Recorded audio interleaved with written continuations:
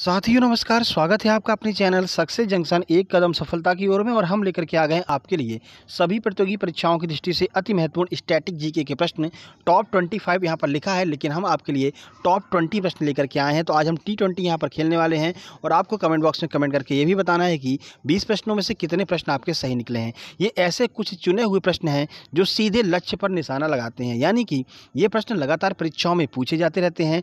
इस वजह से इनकी आगामी परीक्षाओं में भी आने की बहुत ज़्यादा संभावनाएं बनी रहती हैं। तो ऐसे ही प्रश्न हम आपके लिए लेकर के आ गए हैं। तो चलिए देखते हैं कितना आपने तैयारी कर रखी है जीएस की। आइए शुरुआत करते हैं। पहला प्रश्न देखते हैं। देखिए पहला प्रश्न, किस राज्य में अजिक्कल बंदरगाह स्थित है? यह बहुत महत्वपूर्ण प्रश्न है, क्योंकि किसी न किसी वजह से अजिक्कल बंदरगाह चर्चा में बना हुआ है, तो हमारे लिए महत्वपूर्ण है। आइए ऑप्शन देखते हैं। महाराष्ट्र, केरल, आंध्र प्रदेश, उड़ीसा। आंसर की बात कर लेते हैं। सही आंसर है बी, यानी कि केरल राज्य में अजिक्कल बंदरगाह स्थित है। अब ये चर्चा में क्यों बना हुआ है ये भी देख लेते हैं। तो देखिए ये क्यों चर्चा में बना हुआ है। तो अजिक्कल बंदरगाह केरल में स्थित है। तटीय शिपिंग सेवा यहाँ पर फिर से शुरू कर दी गई है। जो तटीय शिपिंग सेवा पहले बंद कर दी गई थी, अभी कुछ समय पहले यहाँ पर पुनः तटीय शिपिंग सेवा शुरू कर दी गई है इस वजह से। और दूसरा कि यहाँ पर जो है अंतर्राष्ट्रीय कार्गो संचालन पुनः शुरू किया गया है। तो अंतर्राष्ट्रीय कार्गो संचालन भी कहाँ से शुरू किया गया है? तो केरल में शुरू किया गया है। इसलिए ये जो अजिक्कल बंदरगाह है ये हमारे लिए महत्वपूर्ण है। केरल की बात करते हैं। सबरीमाला मंदिर चर्चा में बना हुआ है, तो सबरीमाला मंदिर भी केरल राज्य में स्थित है। वन स्कूल वन आईएएस परियोजना किस राज्य की है? तो ये भी आपकी केरल राज्य की परियोजना है। वन स्कूल वन आईएएस परियोजना अभी हाल ही में एग्जाम हुआ, वहां पर यह प्रश्न पूछ लिया गया था, आईबीपीएस का जो एग्जाम हुआ था। ठीक है, आगे बढ़ते हैं। अगला प्रश्न देखते हैं। जब नदियां अपने जल को सभी दिशाओं से झील या अवनवन में छोड़ती हैं, तो ऐसे स्वरूप को किस रूप में जाना जाता है? जाफरी, वृक्षवत, रेडियल या फिर केंद्रभिमुख? तो बताइए ऐसे स्वरूप को क्या कहा जाता है जब नदियां अपने जल को सभी दिशाओं से ला करके झील में छोड़ती हैं? चलिए आंसर देखते हैं।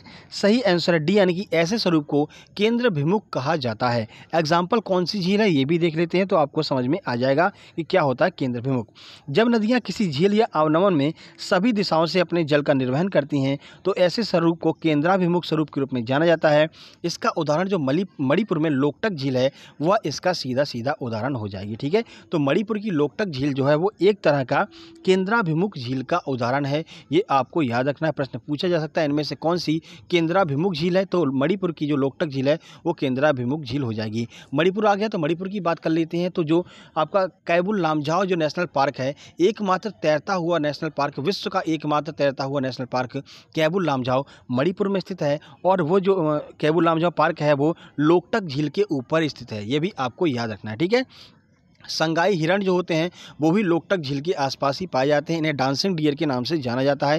ये कुछ अतिरिक्त फैक्ट हैं जिन्हें आपको कवर करते हुए चलना है। पूछा जा सकता है कि डांसिंग डियर किस नेशनल पार्क में पाए जाते हैं? तो कैबुल लामझाओ में डांसिंग डियर पाए जाते हैं। ठीक है, आगे बढ़ते हैं। अगला प्रश्न देखिए। अफ्रीका का सबसे ऊंचा पर्वत माउंट किलिमंजारो किस देश में स्थित है? Kenya, Namibia, Tanzania, Nigeria?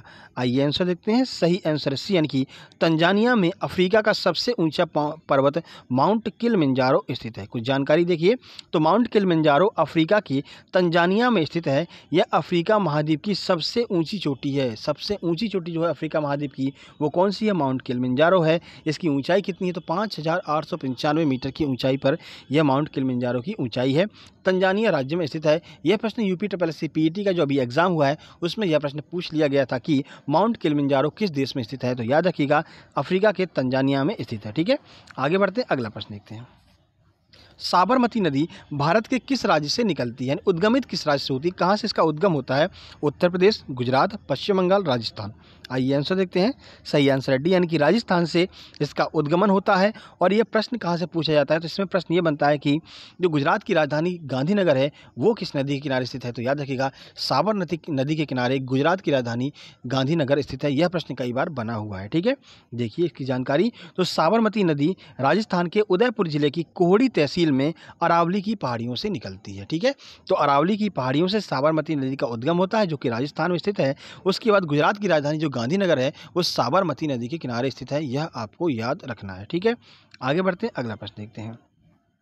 कितने प्रश्न आपके सही हो रहे हैं ये आपको कमेंट बॉक्स में कमेंट करना है। और वीडियो पसंद आ रहा तो मेरे भाई वीडियो को अभी ही लाइक कर दीजिएगा, नहीं भूल जाएंगे आप लास्ट में लाइक करना है ना, तो अभी ही लाइक कर दीजिए।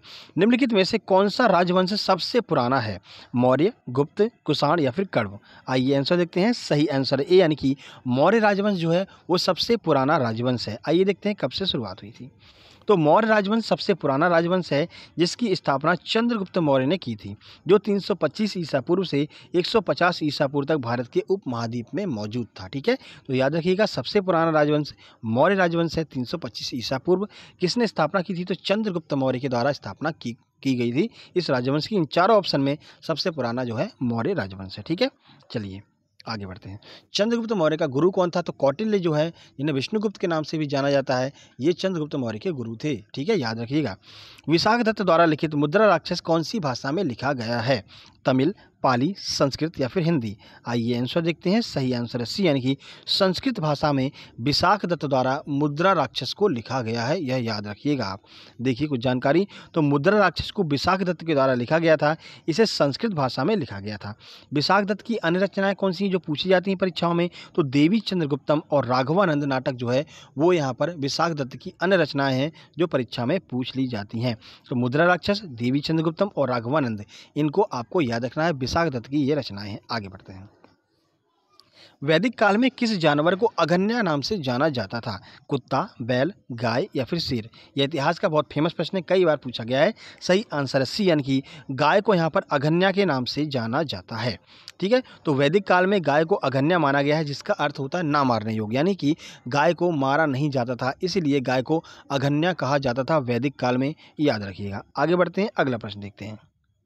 भारत की पहली रामसर साइट कौन सी है? आइए देखते हैं। सौकर झील, चिल्का झील, लोनार झील या फिर नाथी का बाड़ा? सही आंसर की बात करें, सही आंसर है बी यानी कि जो चिल्का झील है वो भारत की सबसे पुरानी या फिर कह सकते हैं पहली रामसर साइट है चिल्का झील। आइए कुछ जानकारी आपको देते हैं। तो भारत की पहली रामसर साइट उड़ीसा की चिल्का झील है। वर्तमान में भारत में 44 हो गई, कुछ समय पहले तक 42 थी, लेकिन 2 रामसर साइट को और जोड़ लिया गया है, तो कुल मिलाकर के 44 रामसर साइट जो हैं वो वर्तमान में भारत में है, याद रखिएगा। ठीक है, आगे बढ़ते हैं। देखिए, निम्न में से कौन सा विटामिन जल में घुलनशील है? इनमें से कौन सा विटामिन है जो जल में घुलनशील है? Vitamin A, vitamin C, vitamin D या फिर विटामिन के? चलिए आंसर देखते हैं। सही आंसर बी यानी कि विटामिन सी जो है वो एक जल में घुलनशील विटामिन है। कैसे याद कर सकते हैं आइए बताते हैं। तो केवल 2 विटामिन ऐसे हैं जो जल में घुलनशील है, तो बस दोनों को याद कर लीजिए, विटामिन बी और विटामिन सी। याद कैसे कर सकते हैं? तो WBC के नाम से आप याद कर लिए। WBC तो आपको याद ही रहता है, तो W से आपका वाटर हो जाएगा और BC से याद हो जाएगा कि विटामिन बी और विटामिन सी ये दोनों वाटर में घुलनशील है। तो WBC बस इतना याद रखिएगा, तो वाटर में भी घुलनशील आपको याद हो जाएंगे और वसा में भी घुलनशील याद हो जाएंगे। तो बी और सी को छोड़ करके बाकी सभी वसा में घुलनशील हैं और बी और सी जल में घुलनशील होता है। ठीक है, आगे बढ़ते हैं। देखिए अगला प्रश्न है, लाल बहादुर शास्त्री का समाधि स्थल इनमें से कौन सा है? अभय घाट, चैत्रा भूमि, एकता स्थल या फिर विजय घाट? चलिए आंसर देखते हैं। सही आंसर डी यानी कि विजय घाट जो है वो लाल बहादुर शास्त्री का समाधि स्थल है। याद कैसे कर सकते हैं? तो जो बहादुर लोग होते हैं उनकी हमेशा ही विजय होती है, तो ऐसे आप याद कर सकते हैं। बहादुर लोग यानी कि लाल बहादुर शास्त्री, विजय होती है यानी कि विजय घाट, तो लाल बहादुर शास्त्री का समाधि स्थल विजय घाट है, ऐसे आप याद कर सकते हैं। देखिए कुछ और लोगों की जो बाकी ऑप्शन है उनको भी हम कवर कर लेते हैं। तो लाल बहादुर शास्त्री की समाधि स्थल को विजय घाट के नाम से जाना जाता है, मोरारजी देसाई के समाधि स्थल को अभय घाट के नाम से, भीमराव अंबेडकर की समाधि स्थल को चैत्रा भूमि के नाम से और ज्ञानी जैल सिंह के समाधि स्थल को एकता स्थल कहा जाता है। तो एक ही प्रश्न में आपके 4 से 5 प्रश्न और यहाँ पर क्लियर हो गए। सबके समाधि स्थल आपको याद रखना है। ठीक है, शिक्षा वह शेरनी का दूध है जो जितना पिएगा वो उतना दहाड़ेगा, ये वक्तव्य किसका है? तो याद रखिएगा डॉक्टर साहब भीमराव अंबेडकर का ये वक्तव्य है कि शिक्षा उस शेरनी का दूध है जो जितना पिएगा वो उतना दहाड़ेगा। ठीक है, संविधान के पिता जो है आपके डॉक्टर भीमराव अंबेडकर को ही कहा जाता है। ठीक है, चलिए आगे बढ़ते हैं। देखिए निम्नलिखित में से किस नृत्य का संबंध छत्तीसगढ़ से है? बिहू, लावड़ी, नौटंकी, पिंडवानी? अब ये महत्वपूर्ण क्यों है ये भी हम आपको बताएंगे कि क्यों पूछा जा सकता है परीक्षा में। देखिए सही आंसर डी यानी कि पिंडवानी जो नृत्य है उसका संबंध छत्तीसगढ़ से है। देखिए क्यों महत्वपूर्ण है, तो पिंडवानी नृत्य छत्तीसगढ़ से संबंधित है, बिहू असम से, लावड़ी महाराष्ट्र से और नौटंकी जो है वो उत्तर प्रदेश से संबंधित है। तो तीनों प्रश्न आपके क्लियर हो गए और चौथा पिंडवानी भी क्लियर हो गया। अब देखिए जो तीजन बाई हैं जिनकी अभी हाल ही में मृत्यु हो गई है, तो तीजन बाई का संबंध पिंडवानी नृत्य से था, इसलिए ये हमारे लिए महत्वपूर्ण है। 3 प्रश्न यहाँ से आपके लिए महत्वपूर्ण बनेंगे। पहला, पिंडवानी किस राज्य का नृत्य है? तो छत्तीसगढ़ का राज्य नृत्य है। पिंडवानी करने वाली नृत्यांगना कौन सी हैं? तो याद रखिएगा, तीजन बाई का संबंध पिंडवानी लोक नृत्य से है, जिनका भी हाल ही में निधन हो गया है। ठीक है, बाकी के भी ऑप्शन आपके साथ ही साथ में यहाँ पर क्लियर हो गए हैं। चलिए आगे बढ़ते हैं। पढ़ाई त्योहार पारा, ये एक बहुत महत्वपूर्ण योजना है जो कि छत्तीसगढ़ के द्वारा चालू की गई थी। इसको जरूर याद रखिएगा। कोरोना टाइम पर बच्चों के पढ़ने के लिए पढ़ाई त्योहार पारा, यानी कि पढ़ाई आपका अधिकार है, इस नाम से एक योजना चालू की गई थी छत्तीसगढ़ में। आगे बढ़ते हैं। मेजर ध्यानचंद पुरस्कार की वर्तमान में राशि कितनी है? 7.5 लाख, 20 लाख, 15 लाख या फिर 25 लाख? आइए आंसर देखते हैं। सही आंसर है डी, यानी कि 25 लाख रुपए वर्तमान में जो है यहाँ पर धनराशि हो जाएगी मेजर ध्यानचंद पुरस्कार की। देखिए, मेजर ध्यानचंद खेल रत्न पुरस्कार की वर्तमान में राशि 25 लाख रुपए है। इसका पुराना नाम क्या हुआ करता था? तो यह प्रश्न तो आपकी परीक्षा में देखने को मिलने ही वाला है, क्योंकि अभी हाल ही में इसका नाम चेंज किया गया है। पुराना नाम था राजीव गांधी खेल रत्न पुरस्कार, ठीक है, जो अभी हाल ही में बदल दिया गया है और इसका नाम मेजर ध्यानचंद खेल रत्न पुरस्कार कर दिया गया है। पहले इसकी राशि 7.5 लाख रुपए होती थी, वर्तमान में 25 लाख रुपए राशि कर दी गई है। पहली बार यह पुरस्कार किसने जीता था? तो 1991-92 में विश्वनाथन आनंद, जो कि शतरंज के खिलाड़ी हैं, पहली बार इन्होंने राजीव गांधी खेल रत्न पुरस्कार, या फिर हम कहें वर्तमान में मेजर ध्यानचंद खेल रत्न पुरस्कार, पहली बार जो है विश्वनाथन आनंद को दिया गया था। विश्वनाथन आनंद की पुस्तक कौन सी है? कई बार परीक्षाओं में पूछी गई है। तो माइंड मास्टर के नाम से जो है जो पुस्तक है, वो माइंड मास्टर पुस्तक किसकी है? तो याद रखिएगा, विश्वनाथन आनंद की पुस्तक है माइंड मास्टर। यहाँ पर मेजर ध्यानचंद की बात आई है, तो मेजर ध्यानचंद की आत्मकथा कौन सी है? तो याद रखिएगा, गोल नाम से इन्होंने अपनी आत्मकथा लिखी थी। तो मेजर ध्यानचंद की पुस्तक का नाम गोल है, ये भी आपको याद रखना है। ठीक है, चलिए आगे बढ़ते हैं। हॉकी के जादूगर कहे जाते हैं। 29 अगस्त को इनका जन्मदिवस मनाया जाता है। इसी के अवसर पर खेल रत्न पुरस्कार वितरित किए जाते हैं मेजर ध्यानचंद की स्मृति में। ठीक है, अगला प्रश्न, भारत ने किस देश से राज्य के नीति निर्देशक तत्वों को लिया है? आयरलैंड से, सोवियत संघ से, जर्मनी से या फिर दक्षिण अफ्रीका से? चलिए आंसर देख लेते हैं। सही आंसर है ए, यानी कि आयरलैंड से भारत ने नीति निर्देशक तत्वों को लिया है। कुछ जानकारी देखिए, तो नीति निर्देशक तत्वों को आयरलैंड से लिया गया है। इसका वर्णन संविधान में आर्टिकल 36 से लेकर के आर्टिकल 51 तक किया गया है, ये भी आपको याद रखना है। सोवियत संघ से मौलिक कर्तव्य, जर्मनी से आपातकालीन उपबंध तथा दक्षिण अफ्रीका से संविधान संशोधन को लिया गया है, ये भी आपको याद रखना है। बाकी के तीनों ऑप्शन भी आपके क्लियर हो गए। तो सोवियत संघ से हमने मौलिक कर्तव्य लिया है, जर्मनी से हमने आपातकाल ले लिया है, और दक्षिण अफ्रीका जो ऑप्शन डी है, वहां से हमने संविधान संशोधन को ले लिया गया है, क्योंकि संविधान संशोधन आर्टिकल 368 में वर्णित है। ठीक है, आगे बढ़ते हैं। भारत का एकमात्र तैरता हुआ राष्ट्रीय उद्यान कौन सा है? ये प्रश्न अभी कुछ देर पहले हमने आपको कराया था। तो काजीरंगा राष्ट्रीय उद्यान, देहिंग पटकाई राष्ट्रीय उद्यान, हेमिस राष्ट्रीय उद्यान या फिर कैबुल लामझाओ राष्ट्रीय उद्यान? आइए आंसर देख लेते हैं। सही आंसर डी, यानी कि कैबुल लामझाओ राष्ट्रीय उद्यान जो है वो भारत का या फिर कहें विश्व का एकमात्र तैरता हुआ राष्ट्रीय उद्यान है। तो कैबुल लामझाओ राष्ट्रीय उद्यान मणिपुर की लोकटक झील पर स्थित है। यह प्रश्न अभी कुछ समय पहले हमने आपको सॉल्व कराया है। तो मणिपुर की लोकटक झील पर कैबुल लामझाओ पार्क स्थित है। यह भारत का एकमात्र तैरता हुआ राष्ट्रीय उद्यान है, और यहाँ पर संगाई हिरण पाए जाते हैं, जिन्हें डांसिंग डियर के नाम से जाना जाता है। आगे बढ़ते हैं। निम्नलिखित में से किस देश की समुद्री सीमा भूमध्य सागर से नहीं लगती है? तुर्की, मिस्र, इजराइल या फिर ईरान? आंसर देख लें। सही आंसर डी, यानी कि ईरान की जो समुद्री सीमा है वो भूमध्य सागर से नहीं लगती है। देखिए, ईरान की सीमा भूमध्य सागर से नहीं लगती है, और रामसर कन्वेंशन जो है वो आपका ईरान से संबंधित है। याद रखिएगा, 2 फरवरी को रामसर दिवस भी मनाया जाता है, ये भी आपको याद रखना है। 44 रामसर साइट जो है वर्तमान में भारत में है, ये भी आपको याद रखना है। ठीक है, चलिए आगे बढ़ते हैं। रामसर साइट से सुंदरवन डेल्टा बार बार पूछा जाता है, तो सुंदरवन डेल्टा पश्चिम बंगाल में है, ये भी आपको याद रखना है। इनमें से विशाख दत्त द्वारा कौन सी पुस्तक लिखी गई थी? इंडिका, मृच्छकटिकम, मुद्रा राक्षस या फिर कादम्बरी? आंसर देख लें। सही आंसर सी, यानी कि मुद्रा राक्षस जो है वो विशाख दत्त द्वारा लिखी गई थी। ठीक है, बाकी आप देख लेते हैं। तो विशाख दत्त ने मुद्रा राक्षस पुस्तक को लिखा। इंडिका की रचना मेगस्थनीज के द्वारा की गई थी, और जो आपका कादम्बरी को बाणभट्ट ने लिखा था, ये भी आपको याद रखना है। और मृच्छकटिकम जो है उसकी रचना शूद्रक ने की थी, ये भी आपको याद रखना है। ठीक है, तो याद रखिएगा, मुद्रा राक्षस किसकी पुस्तक है? तो विशाख दत्त की पुस्तक है मुद्रा राक्षस। ठीक है, इंडिका मेगस्थनीज की है, मृच्छकटिकम शूद्रक की है, और कादम्बरी बाणभट्ट की है। ठीक है, आगे बढ़ते हैं। ये किताबें पूछ ली जाती हैं एग्जाम में। त्रिवेद में कौन सा वेद शामिल नहीं है? इनमें से ऐसा कौन सा वेद है जो त्रिवेद में शामिल नहीं किया जाता है, या फिर जिसे हम वेद त्रयी कहते हैं? तो कौन सा ऐसा वेद है जो वेद त्रयी या त्रिवेद में शामिल नहीं है? ऋग्वेद, सामवेद, अथर्ववेद या फिर यजुर्वेद? आंसर देखते हैं। सही आंसर सी, यानी कि जो अथर्ववेद है उसे त्रिवेद या फिर वेद त्रयी में शामिल नहीं किया गया है। क्यों नहीं किया गया, आइए बताते हैं। तो अथर्ववेद जो है वो जादू टोना से संबंधित वेद है, इसलिए इस वेद को त्रिवेद में शामिल नहीं किया गया है। प्रश्न पूछा जाता है कि त्रिवेद में कौन कौन से वेद हैं, तो ऋग्वेद, अथर्ववेद और ऋग्वेद, सामवेद और यजुर्वेद, ये तीनों वेद जो हैं वो वेद त्रयी के अंतर्गत आते हैं, यानी त्रिवेद के अंतर्गत आते हैं। लेकिन जो आपका अथर्ववेद है ये त्रिवेद के अंतर्गत नहीं आता है। आगे बढ़ते हैं। निम्नलिखित में से कौन सा राज्य 29वें राज्य के रूप में अस्तित्व में आया? आंध्र प्रदेश, तमिलनाडु, तेलंगाना, गुजरात। आइए आंसर देखते हैं। सही आंसर सी, यानी कि जो तेलंगाना है वो 29वें राज्य के रूप में अस्तित्व में आया था। देख लेते हैं। 2 अक्टूबर 2014 को आंध्र प्रदेश 29वें राज्य के रूप में अस्तित्व में आया।